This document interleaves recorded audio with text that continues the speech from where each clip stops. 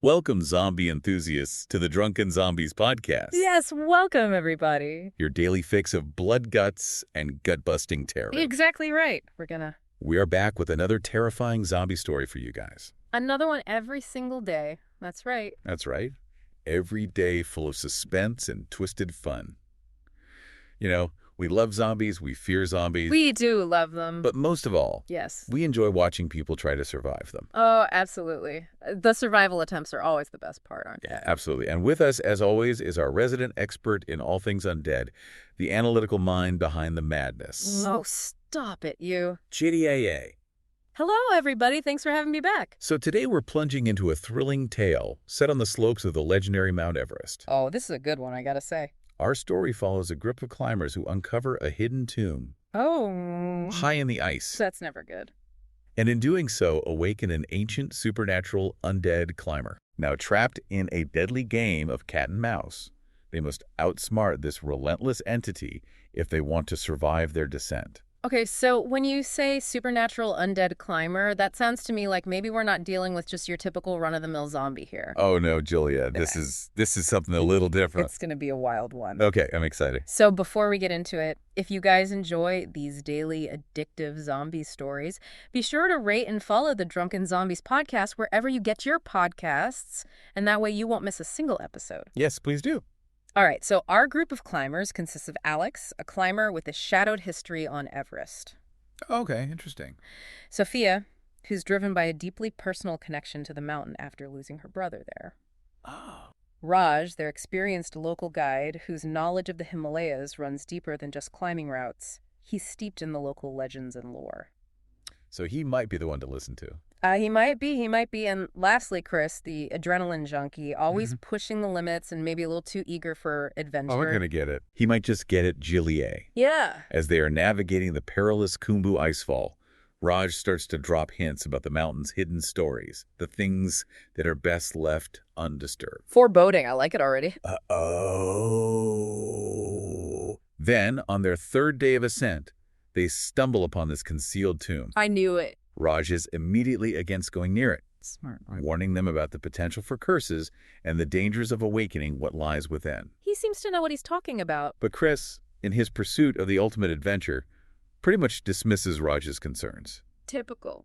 Sofia, perhaps hoping to find some connection to her lost brother, is also drawn to the mystery of the tomb. Oh, I see. And Alex, despite his own reservations and sense of foreboding, eventually agreed to take a look, emphasizing the need for caution. Famous last words. They enter the tomb, and the atmosphere shifts. The air feels different, colder, heavier. They see relics scattered around what look like ancient offerings and tools. And then there, in the center, is the climber, preserved perfectly in the ice like a sentinel frozen in time. I know, right? Yeah. As they examine the scene, Sofia discovers a locket, intricately carved, and almost impulsively she pockets it. Yo, Sophia, don't do it. And that's when everything starts to unravel. It's always the locket or the amulet or something like that. It is, isn't it? Yeah.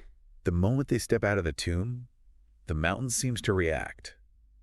A deep rumble echoes around them, the ground shakes violently, and the entrance to the tomb collapses, sealing it shut. And standing before them amidst the falling ice is the undead climber. His eyes are glowing with this eerie, unnatural light. Oh, no. Alex yells for them to run, and they take off. This thing is faster. Julia, far faster than any living climber at that altitude should be. Really? They quickly realize that their descent is no longer about carefully navigating the terrain. It's a desperate flight from something truly terrifying and unnatural. So this is more than just a slow-moving zombie shuffle kind of situation. Oh yeah, We've got a speed demon on our hands. this is like the Usain Bolt of zombies. Even in the dim light, the undead climber is relentless, always gaining on them. Sophia starts to connect the events, a dawning horror, that the locket she took is the reason for this awakening, that they've disturbed something far more significant than just an old burial site. I was afraid of that. Raj, as the voice of experience and tradition, explains that the mountain spirits are powerful and unforgiving when disrespected. Yeah, you don't mess with mountain spirits. You don't mess with mountain spirits. Yeah. He reveals that this climber isn't just some random frozen body. It's a guardian bound to protect something of great importance within the mountain. Oh, so this is like a protector, a guardian of the mountain's secrets. That's right. Chris, meanwhile, is struggling to reconcile what he's seeing with an irrational explanation. The thrill of adventure is definitely worn off. Yeah, I bet it has. They're exhausted, the altitude is punishing, and they're being pursued by something that seems tireless. Alex, drawing on his knowledge of the mountain, comes up with a risky plan. Okay, what is he thinking? They decide to lure the climber into a particularly unstable section of the icefall, hoping to trigger an avalanche. Oh, risky, very risky. The logic is that even an undead entity can't survive being buried under tons of ice and snow. Yeah, that's what they think. But we'll see. They manage to trigger a massive slide, and for a brief moment, it seems like they've succeeded coming. The climber is buried, but that hope is short-lived. The ice shifts, cracks appear, and then the climber emerges seemingly unscathed and radiating an even more palpable sense of menace. Oh no, I knew it wouldn't be that easy. It never is. Never is. The avalanche also separates the group, and Chris sustains a serious injury. Oh no, Chris. It's in this moment of crisis that the full weight of the legend of the climber's curse truly hits them, as Raj recounts the complete story. Oh, lay it on us. It's a tale of a powerful guardian spirit intrinsically linked to the mountain, tasked with safeguarding its ancient secrets. I knew it, so they really messed up. They really messed up. Yeah. The focus shifts from fighting to appeasement. Yeah. They have to return what was taken, the locket, and seek forgiveness. Yeah, good luck with that.